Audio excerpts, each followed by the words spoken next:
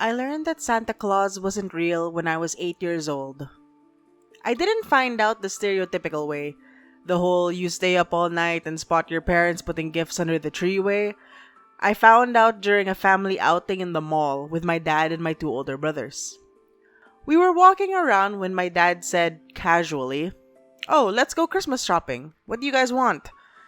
Now my eldest brother, who is like 12 years older than me, so he was 20 at the time, realized what was happening and tried to give my dad an out. He was like, "Wait, Dad, why don't we just let them ask Santa for it?" And my dad, without even waiting a beat, said, "Oh, Rosa already knows Santa isn't real." No, 8-year-old Rosa did not in fact know that Santa Claus wasn't real yet. As of making this video, I am now in my early 30s, and I occasionally look back at this story with a little laugh. In retrospect, it was a funny revelation.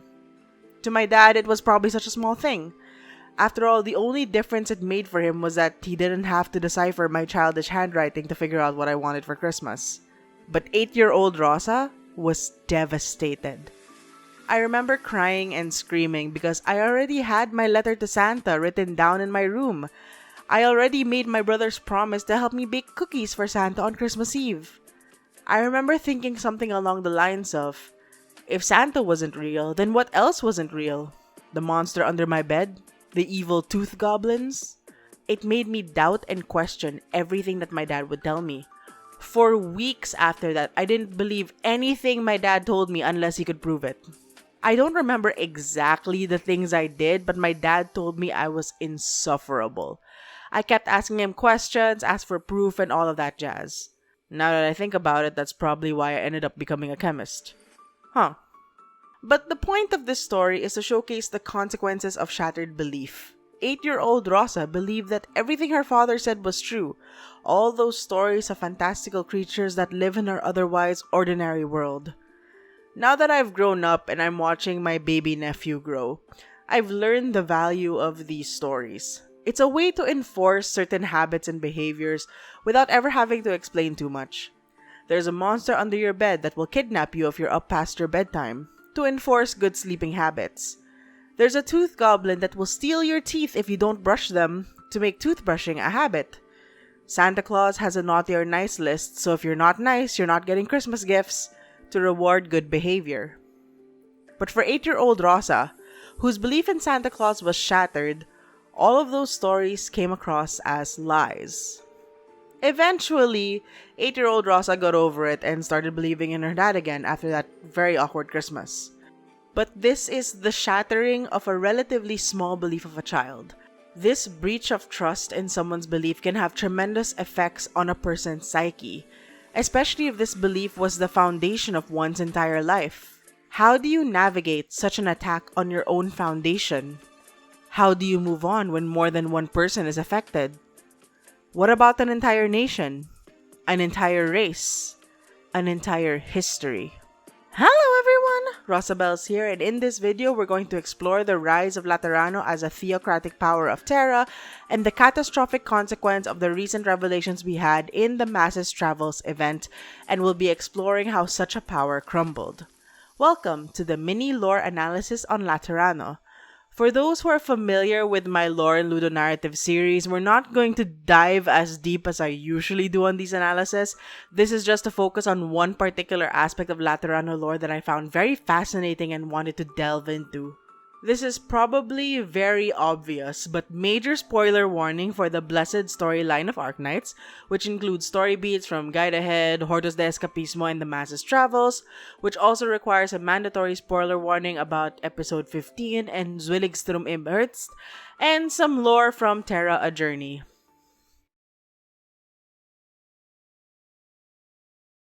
The rulebook for cardinals may be as thick as a stack of 3 apple pies, but it's nothing that complicated.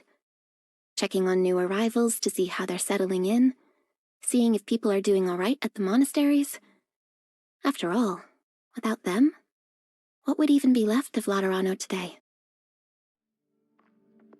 Laterano, a small country located north of Iberia and surrounded by other countries, namely Victoria, Syracuse, and Lithuania.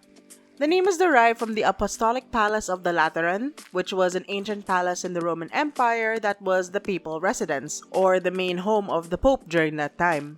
Appropriately so, because Laterano is primarily based on the Vatican, acting as the holy city of Terra. First off, we must clarify that the Lateran religion is not the only religion on Terra. There are sprinklings of other religions across various nations, such as the worship of the goddess Kirgander in Kierag, how Minos worships their heroes, or Higashi seems to have elements of Shinto and Buddhism, much like its real-world counterpart, just to name a few. Besides it being another parallel to our world or being another world-building aspect, there's a very pragmatic reason for wanting to believe in the divine. Blaise Pascal, a 17th century mathematician and philosopher, created the argument now known as Pascal's wager. Basically, you have two outcomes. If God does not exist, then those who believe in God only suffer finite losses, perhaps some luxuries and pleasures, while those who don't believe in God gain nothing but a bit of pride. If God does exist, though, then the believers will gain immeasurable wealth in heaven, while those who don't believe will lose eternally in hell. In other words, you're better off believing in God than not, just mathematically. And in the face of catastrophes and a very dangerous illness or apathy, taking that gamble of a peaceful afterlife doesn't seem so bad. It's a comfort even. So having a religion in Terra is not unique to Laterano. However, Laterano is definitely the only place that uses its religion as its whole political identity. Laterano is a theocracy, meaning that the leader, singular or plural, act as intermediaries by divine authority. Their laws and ways of life are based off of their worship deity, which, for the case of Laterano, is known as the law. In other words, there's no such thing as separation between church and state, because their church is the head of state, and their scripture is law. The people of Laterano are known as Sankta, a race of humanoids characterized by having a halo and wings of light. Of course, the religious imagery to partner with the religious nation. But we're not going to dive into that for this analysis. What I want to focus on is Laterano's rise into power. How was a theocratic nation built? At what point in their history did the Sankta decide that they were to be ruled by the divine? The first chapter of the Lateran scripture tells us their origins. During the day, the Sankta looked up at the sky to find darkness shrouding even the sun. At night, the devil's army came and slaughtered countless Sankta. The Sankta lost much of their radiance. The saint said, "Follow me." Thus they rose. The saint said, "Listen to me." Thus the bells began to ring. The bells echoed throughout the wilderness, uniting all the Sankta. This is a revelation. This is an exhortation. There will be light throughout the day, and it shall never be shrouded again. The saint said, "Build a city. It will be the Sankta's paradise." The saint said, "The city shall be called Lateran." In summary, the Sankta were a race as old as the Sarkas who descended to Terra to redeem people from suffering but were oppressed and killed unjustly by the demonic Sarkas. The first saints united the Sankta, bringing them together under a constructed tower which will be known as the Tower of Revelations. Once gathered, the saints claimed that the law sent them visions to build a city for the Sankta to be a beacon of peace in Terra. And they did.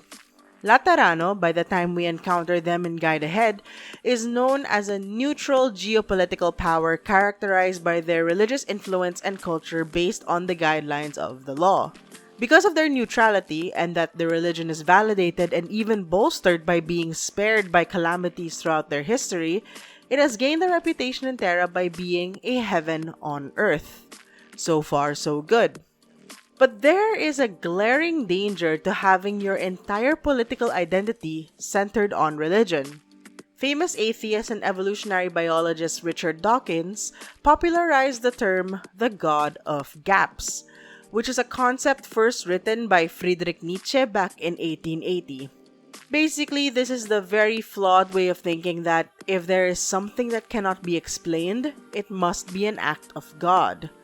For example, ancient civilizations did not understand the natural world around them, and so polytheism, the belief in multiple gods, became a norm, having multiple gods to explain the seemingly random machinations of the world we live in. Like the Egyptian god Ra, who sailed the sky in the day to bring life and light to the earth, and who battled the chaos serpent Apophis in the underworld, creating the light of day and the dark of night. Like the Greek god Poseidon, who is the lord of the sea and earthquakes, whose temperament dictates the level of violence in the ocean waves and explains the tsunamis that follow massive earthquakes. Like the Norse god Thor, the god of thunder and storms, who brings rain to bless the lands, and the light and boom of lightning and thunder are the result of his battles with evil to protect the people. Gods to explain gaps in knowledge. Gods of gaps. But where are those gods now? With the evolution and exponential growth of the sciences, things that were once unexplainable became natural. The rotation of the Earth and its revolution around our sun to explain day-night cycles. The movement of tectonic plates causing earthquakes whose ripple effects cause violent waves combined with the flow and strength of wind. Lightning is an electric discharge when the difference in electric potential between the atmosphere and the ground becomes too great, often during a storm, and thunder is the sound of the sonic boom that is produced. Ra, Poseidon, and Thor, from gods who explain the natural world to their people, have been dwindled down to mythology, to fiction, nothing more than characters in a fantastical story. Depowered, dare we say, dead? I'm getting ahead of myself. Author Arthur C. Clarke summarizes it in his third law. Any sufficiently advanced technology is indistinguishable from magic. In other words, magic is just science we don't understand yet. This means, in the concept of the God of Gaps, as the gaps of knowledge are filled, the power of God decreases. Ra, Poseidon, and Thor don't exist. Santa Claus isn't real. Sounds like a threat to a nation whose whole political identity is their religion. So how do you maintain power in a theocratic nation in the face of constantly developing knowledge, in the face of the growth of science and technology? Well, you control the gaps. And how do you control the gaps? You either control the knowledge of your people to maintain the gap, or perhaps, more sinisterly, you manufacture the gap.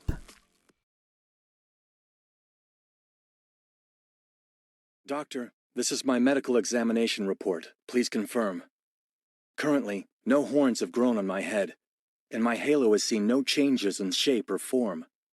Indeed, my violation of the law has not had a physical effect on me, but it's nothing worthy of celebration. Abnormalities have been on the rise. This is an omen of disaster.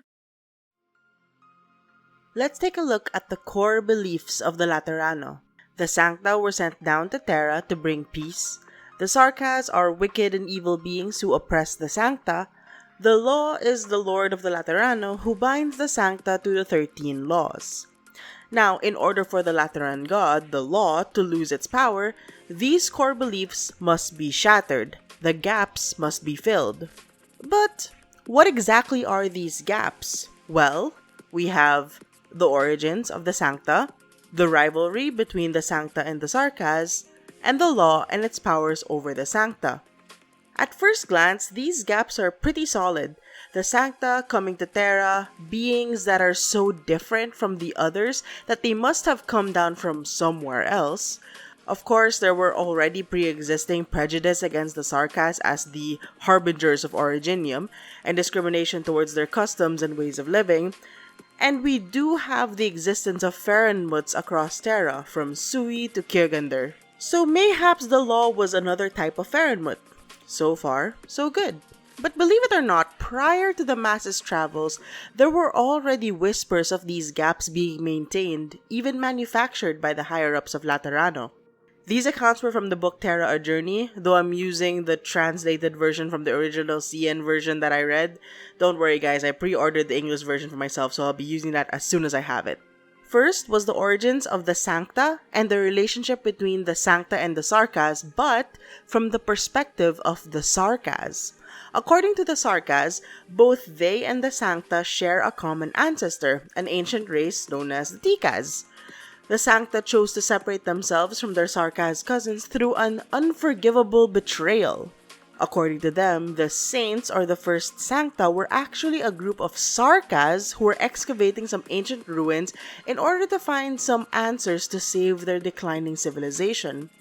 Though many died on the mission, those who survived were converted to Sankta by the ancient ruins that were found and seemingly forgot all about their connection to the Sarkas. Though the Sarkas ignored them at first, as time passed and the Sankta were spared by the collapse of the Sarkas civilization, they grew bitter that they were abandoned and neglected. Compound that with the Sankta actively going against the Sarkas, going so far as to ally with their cohorts, and you have their historical rivalry. Now, whose history is correct? If the Sarkas' recollection was true, then that would flip the entire narrative. Suddenly, the Sankta are a race of people who betrayed and abandoned their own brethren, then demonized them and erased their entire history to justify their discrimination. How unfortunate that the Sarkas were already heavily prejudiced by said discrimination, and their history was considered false or fantastical. Who would believe the evil and wicked Sarkas when you have such kind and peaceful beings such as the Sankta? Surely they have no reason to lie. Another incident was called the Kylian excavation scandal, though I would put the word scandal in quotes.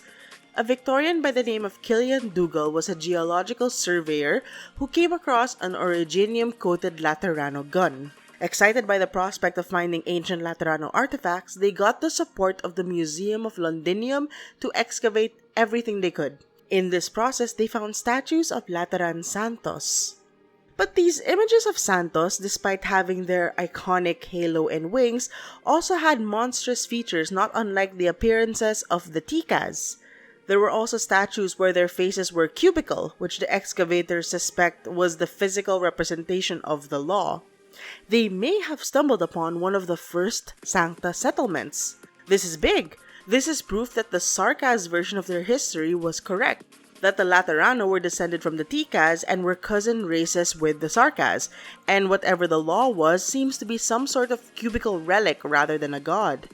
How unfortunate that a few days later, as the convoy with all the statues were heading back to Londinium, they were ambushed and raided by originium bombs, which killed everyone in the convoy and destroyed all the Santos. Kylian disappeared along with his jeep, and at first, the police thought that Kylian sold the excavation team out to some Sarkas mercenaries, which labeled him as a traitor, though there was no proof of this. Kylian did make it back to Victoria, but he was beaten and in poor mental condition, and he couldn't speak even when interrogated in the hospital. He died shortly after. This changed the perspective of the whole scenario, and the narrative shifted to the possibility that Laterano were involved in the whole assassination, perhaps in an effort to hide some unsavory information that these statues may imply. Laterano declined to comment and refused to acknowledge such an event, and though this would have been the biggest Laterano scandal, it eventually died down into nothing more than an urban legend. Already from these two stories, we can see that the Lateran faith was on shaky ground. These events directly attack the first two core beliefs of the Laterano, and perhaps even the third if it can be proven that the law was just some physical entity and not a divine being. Not only would this rewrite and shake the entire history of Laterano, but it will also put a glaring spotlight on all of Laterano's actions leading up to this point. Demonizing the Sarkas, saying that their rivalry was due to the Sarkas' wicked ways, that the Laterano were a true race of noble saintly beings who are direct descendants and followers of the divine, that their faith is rooted in empathy and kindness in values preserved by the law. It would look like they were whitewashing their narrative, removing any trace that they were connected to the Sarkas at all, revising their history to make it seem like they were just victims of evil oppressors instead of being the oppressors themselves, spreading their power and influence through religious conquest, claiming to be backed by a divine being rather than a powerful relic, that their theocratic and geopolitically neutral nation, the so-called heaven on earth, was built atop manufactured gaps of knowledge. Can you imagine? Crazy if true. Oh. Oh. Oh no.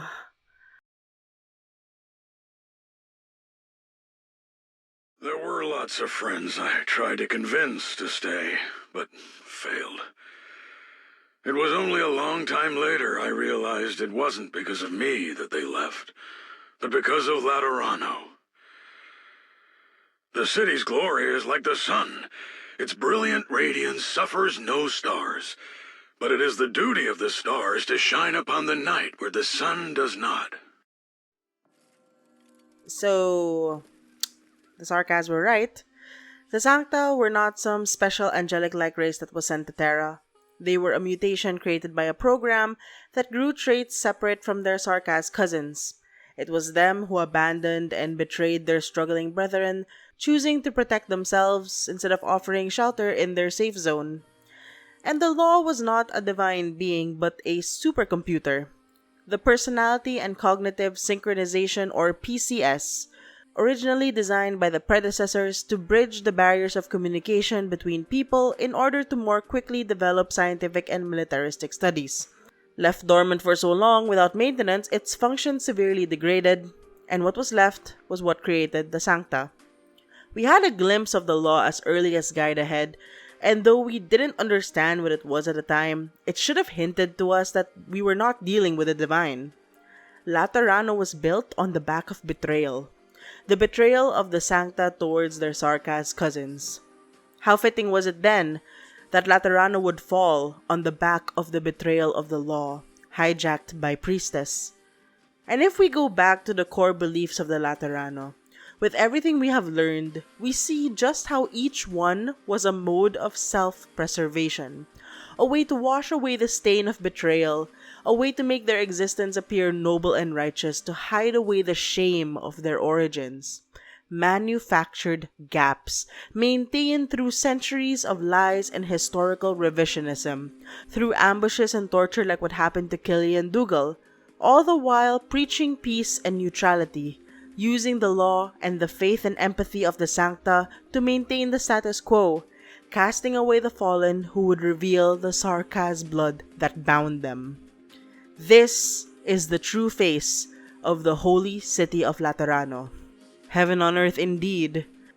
And in the aftermath of everything, the hacking of Priestess, the dreamscape, the law realizing it was a paradox and depowering, the gaps were filled. God is dead. And collapse. We return to the question we posed at the start of this video. How do you navigate such an attack on your foundation? Rosa was 8 years old when she learned Santa wasn't real. Laterano had been in power for centuries when the truth of their history was revealed. Understandably, the response was exponentially more extreme. We had a preview of such extremes in Hortus de Escapismo. Clement, having had the realization that the Laterano religion's promises were nothing but false hopes, that Laterano's discrimination comes first before any of their teachings of empathy, and he was willing to kill himself and everyone else to spare them from eternal suffering. And that was just one person. What about an entire nation? An entire race? An entire history? Well, this was foreshadowed by the title of the latest event, The Masses Travels. Mass travel, an exodus. And in the Bible, the Exodus was the story of Moses, who led the Jews away from the pagan gods of Egypt, an exodus from their life of slavery. Enslaved by the law, by the gaps manufactured by those in power, lies propagated to maintain obedience, maintain authority, by false beliefs that made them think in a narrow perspective, made them compliant, and I would say even arrogant that they were a special existence. But to the Laterano, these became lies. It was seen as a betrayal of their faith and trust in the law, trust in their saints, trust in their pope. In a span of 3 months, the people left in massive numbers, and there were record numbers of suicides, movements of unrest and rebellion. Restoring the holy city, if they could even call it that still, was delayed heavily by this. And as for those who decided to stay in Laterano, well, they would have to build everything from the ground up.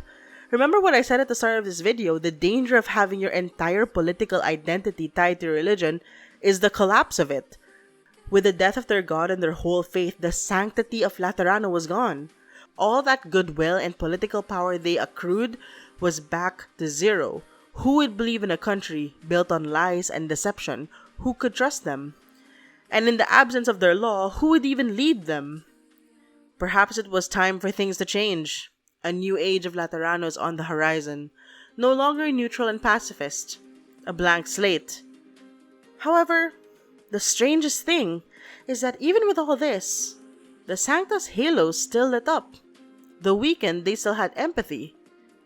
What? I didn't expect the halo to light up again after all that. Does it mean our law and faith had nothing to do with it the whole time? I don't really get it, and we're stuck with it either way.